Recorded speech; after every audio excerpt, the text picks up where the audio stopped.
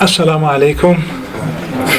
First, I would like to thank Dr. Ismail and this institute for giving us, Dr. Khadim al-Fuqara and me, this opportunity to participate in this great conference. My paper is about the 18th-19th century Sufi master Muzaffar Ali Shah Ni'matullahi. Before I start talking about him, I think it is necessary to talk about the eponym of Ni'matullahi Sufi order Shah Ni'matullahi Ali, whose views are necessary and extremely important for the formation of Ni'matullahi thoughts. Shah Ni'matullahi Ali was amongst the most influential Sufis of 14th-15th centuries of the Timurid dynasty. Shah Ni'matullah was a strong promoter of Waḥdat al-wujūd, unity of being, a school of mystical philosophy. He wrote a novel commentary on Fusus al-Hikam of Ibn Arabi. Sayyid Nuruddin Shah Ni'matullahi Ali was born on 26th of December 1330 in the city of Aleppo. During Shah Ni'matullah's lifetime, Aleppo was one of the great centers for Islamic sciences, philosophy, and a center of Ibn Arabi's School of Unity of Being. The biographical information about his mentors is limited. However, Shamsuddin Makki, Sayyid Jalaluddin Khwarazmi, and Izzuddin Iji were his mentors on different seminary subjects. Another important mentor of Shah Ni'matullah was Sheikh Ruknuddin Shirazi, who was a Sufi and a well-known commentator of Fusus al-Hikam of Ibn Arabi. Fusus al-Hikam had a great effect on Shah Ni'matullah. He was initiated to Yafe'iyya order by Abdullah Yafe'i, which is a Ma'rufiyya order. As he became a Sufi master, he moved to Kerman, and from Kerman to Mahan. Shah Ni'matullah built a glorious complex with madrasa and resided there for the rest of his life. He traveled to different cities to propagate his philosophy, and during these travels and his stay in Kerman and Mahan, his fame reached India, and that the Bahmanid king invited him to his court. The dominant jurisprudential school in the societies where Shah Ni'matullah lived were Sunni schools of law. Consequently, Shah Ni'matullah was a follower of Sunni schools of jurisprudence. However, Ni'matullahi Sufism became one of the most important Shi'ite Sufi order in Persia, and from the beginning, the Ni'matullahi Sheikhs led their followers to Shi'ism. Even scholars like Dr. Farzam reviewed the evidence of Shah Ni'matullah being either Sunni or a Shi'ite, and then concluded, if one reads his poems and treatises, there are enough points to prove that he was a Shi'ite without prejudice toward Sunni caliphs and Sunnism. Shah Ni'matullah emphasized on the role of Ali and his descendant as legitimate possessor of sainthood, Velaya, while at the same time he followed Sunni school of jurisprudence. Therefore, his spirituality was steeped in Shi'ism, and he believed in Shi'ite Imam as spiritual guides, Wali, Awliya, but did not follow the political and jurisprudential school of Shi'ism. The heritage of Shah Ni'matullah continued through Ni'matullahi Sufism, and Ni'matullahi Sufi order is one of the most influential Shi'ite Sufi order in Iran. The Ni'matullahi Sufi order was in its decline prior to the formation of Safavid Empire. The successors of Shah Ni'matullah migrated to Deccan Plateau. The last one is Reza Ali Shah, and he felt the need for the revival of, who passed away in 1799, and he felt the need for the revival of the Ni'matullahi order in Persia after receiving complaints from the Ni'matullahi Sufis in Persia not having a local master. Mir Abdul Hamid Masum Ali Shah was a noble Indian and a well-known disciple of Reza Ali Shah, who was eventually appointed as a spiritual guide to revive the order in Persia. And this revival movement is started by Masum. The revival of Sufism started during the Zand dynasty and continued through Qājār era. Of course, their mystical philosophy had to fit the theological standard of Shi'ite society. The two leading Sufi orders in this revival movement were Ni'matullahis and Dhahabīs. And these two orders had much in common, as both of them highly emphasized on the importance of following Sharia and Shi'ite beliefs. And they were known to be the propagators of Ibn Arabi philosophy in Persia. Masum charisma and enthusiasm attracted many disciples in Shiraz, among whom were Abdul Hussein Faiz Ali Shah and his son Nur Ali Shah. and Mahdi Mushtaq Ali Shah, who were initiated into the order during this period. For the purpose of their spiritual mission, these Ni'matullahi masters traveled to cities such as Mashhad, Herat, Najaf, Kerman, Kermanshah, and Mosul for the propagation of Sufism. Muzaffar Ali Shah is another influential master in the history of Ni'matullahi order. Although his role in the revival of the order was not as crucial as that of Masum Ali Shah and Nur Ali Shah, he was one of the most active and knowledgeable masters of the Ni'matullahi order during this era. He is the first master after the return of the order to Persia who wrote about its cosmological view. His full name is Mīrzā Muḥammad Taqī, and his ancestors were all traditional scholars and traditional doctors who came from the upper class of society in Kerman. He learned medicine from his family, and in his youth began studying the rational and traditional seminary sciences and became well versed in them. He had his own pupils studying these sciences. He was more of a philosopher, hakim, than a jurist, faqih. He had studied natural philosophy, hikmat tabi'i, and divine philosophy, hikmat ilahi. Before his initiation, Muzaffar had a strong bias against Sufism and avoided being with Sufis. He first encountered Mushtaq when he was invited to a session of Roza Khani, mourning of Imam Hussein.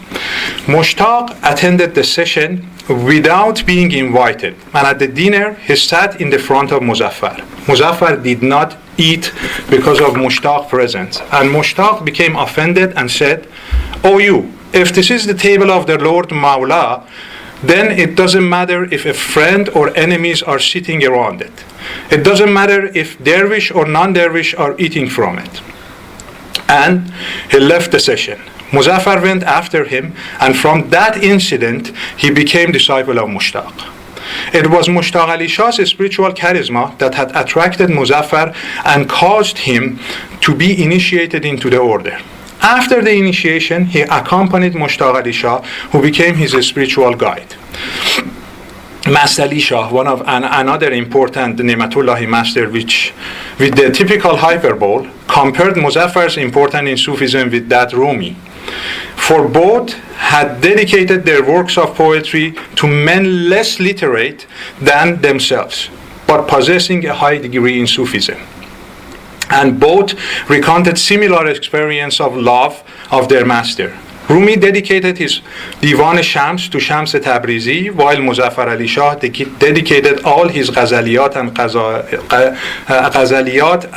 Qasaid to Mushtaq Ali Shah as Divan Mushtaqiyye. Muzaffar Ali Shah, just like Rumi, was well versed in the religious sciences of the day. Muzaffar's pupils and those who would gather around him at the mosque or madrasa were upset by his behavior toward the illiterate Mushtaq, and they begged him to return to seminary school. And some believed that he had become mentally unstable. Muzaffar's response was, "Your rational Mīrzā Mantaqī, is dead. Leave and search for another Muḥammad Taqī." This response is similar to Rumi's given to those who came and begged him to his return to the seminary school and abandon Shams Tabrizi.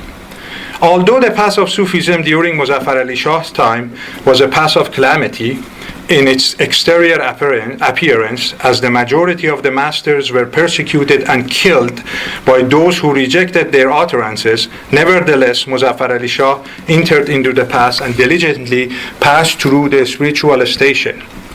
After becoming spiritually qualified by a Ni'matullahi master, Rawnaq Ali Shah authorized him to be a guide for the seekers. Muzaffar Ali Shah's poetry had in-depth mystical meaning and was very influential for the development of Ni'matullahi order. However, his knowledge of seminary science did not protect him from persecution by fundamentalists. Eventually, Mullah Abdullah Kermani issued a religious verdict for the murder of Mushtaq and wrote a letter to Agha Muhammad Khan Qājār proposing that he put Muzaffar to death.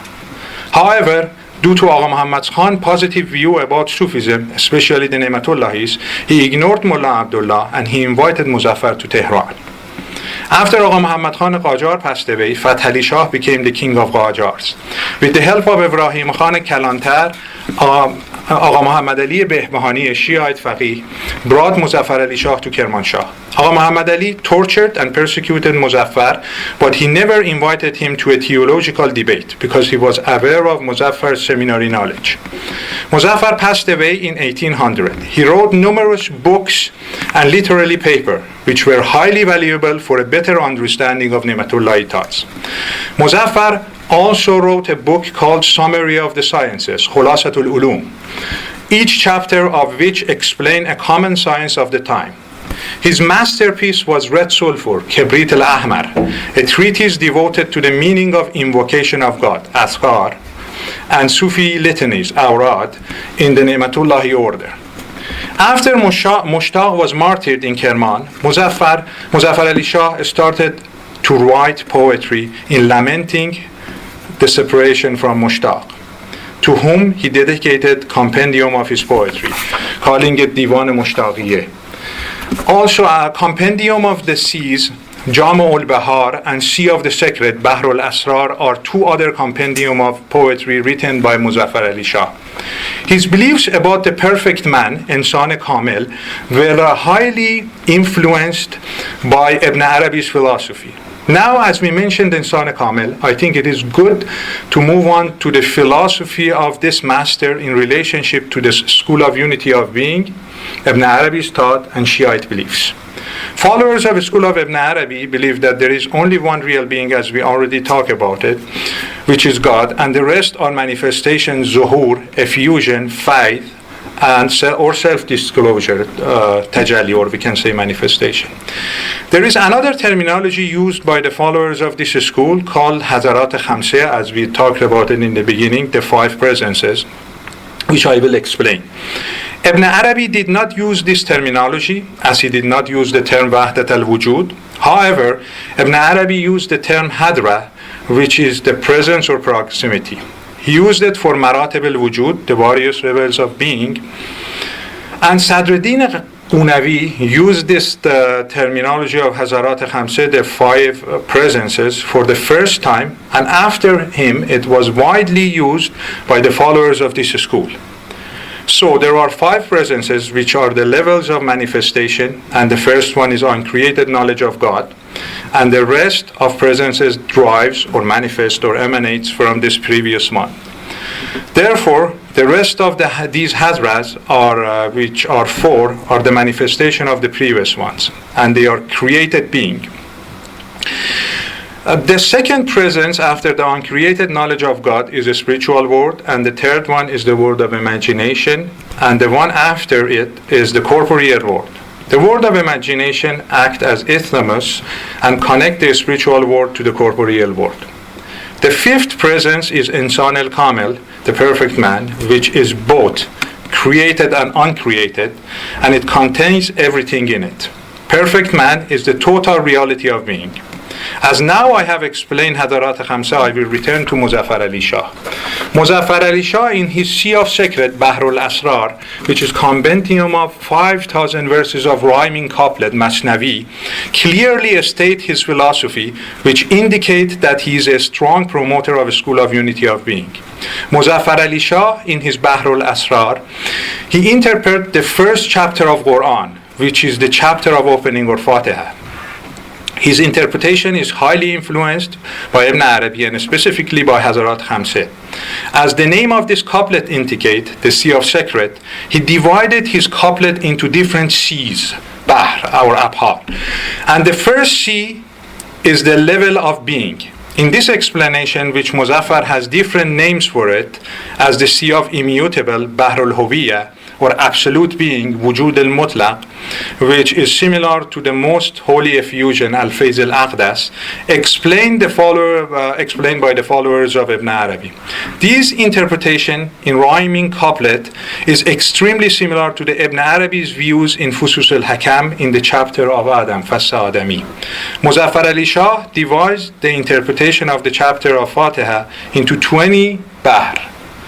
The first 14 seas are interpretation of the first four verses of this chapter of Quran, and the rest, which are 6 seas, are for the rest of this chapter. Muzaffar Ali Shah first emphasized on the importance of this chapter, which is also known as Al-Hamd, the praise. And he believes that this chapter is the same as Ism al-Azam, which is the great name, and this great name is a vehicle of communication between God and man. And Prophet Ali and the Awliya are the ones who know the secret of this name. That's what he claimed. And therefore, the Prophet Ali and these saints became a straight path and the perfect manifestation of universal intellect, aql kol. In the first lines of this Masnavi or rhyming couplet, he starts with Bismillah ar-Rahman ar-Rahim, in the name of God, the most compassionate, the most merciful. For many Muslim mystics, the first Arabic letter of Bismillah, which is Ba, is extremely important because of the famous saying or phrase that is attributed to Imam Ali, and it is narrated by many Shi'ite mystics like Sayyid Haydar Amuli, which states, I am the dot which is under the Ba. There are numerous interpretations about this, and Muzaffar Ali Shah states that this letter, which is Ba, represents Prophet Muhammad. And under that Ba, there is a dot which is part of that letter, and the essence of that letter, because if there is no dot under Ba, then it cannot be read as Ba. And he states that dot is Velaya, and the real meaning of Velaya is unity, Waḥdat. So the Ba represents the Prophet, and the dot under it represents Imam Ali. Muzaffar Ali Shah emphasized on the inseparability of Muhammad and Ali, as they are the perfect manifestation of prophethood and sainthood, Velaya. In Fasl Adami, in Fusus al-Hikam, Ibn Arabi states that humans were created by the two hands of Jalal, divine majesty, and Jamal, which is divine beauty. And they are inseparable. Muzaffar follows the same path when he states that Muhammad and Ali are inseparable. He compares it with Jalal and Jamal, which are inseparable. Ibn Arabi in Fasl Shaysi of Fusus al-Hikam clearly states that Jalal and Jamal are one in reality, and this station of unity is called Maqam Imam by Ibn Arabi. Muzaffar believes that when one recognizes both similarity, tashbih, and incomparability, tanzih, as one reality, then it is the station of the Imam or Maqam Imam, which is similar to what Ibn Arabi says, as Dr. William Chittick states in his Imaginal World. The Sheikh devotes hundreds of pages to contrasting these two ways of gaining knowledge. His the theme is that the perfect knowledge of God demands that he be recognized as both incomparable and similar. God in himself, absolute wujūd, is incomparable with all existent things, but wujūd makes its properties manifest in the cosmos. And in this respect, God is somehow similar to the created things. Therefore, Muzaffar beliefs are derived and heavily influenced by the philosophy of Ibn Arabi. Then Muzaffar talk about Allah as the all-comprehensive name. Then Muzaffar continued by saying that all archangels unite together under the name Allah, whom in the world of imagination, Muzaffar called it the pole of universe, Qutb Waḥd, whom Ibn Arabi in Fusus al-Hikam, in the Fasl Adami, called it Insan Kabir, the great human. So, the first C was the C of being, wujūd, which Muzaffar believes that is the mother of all these C, as he calls it al-Bahar, which is consisted of three parts. The inner part, batin, which is Velaya, and he calls that ahadiyat, oneness. The exterior part, zahir, which is risalat, and in between is nubuwwah, prophethood. He also explained this C as the C of the perfect man. As Ibn Arabi explained, the perfect man is the intermediary between God and corporeal world.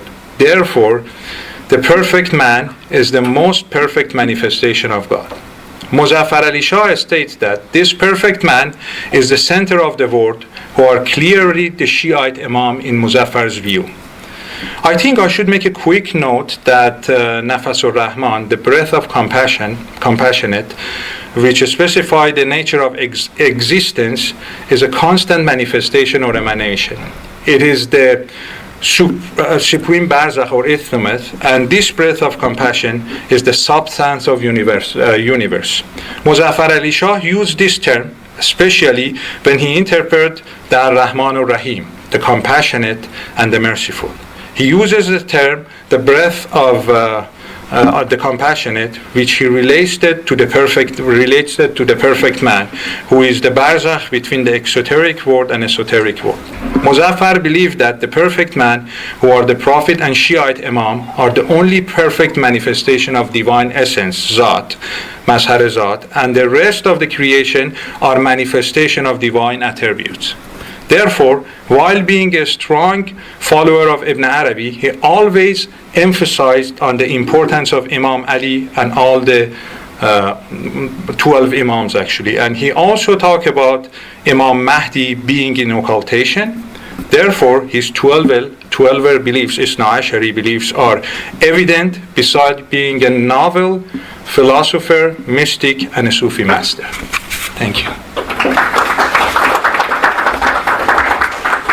Thank you.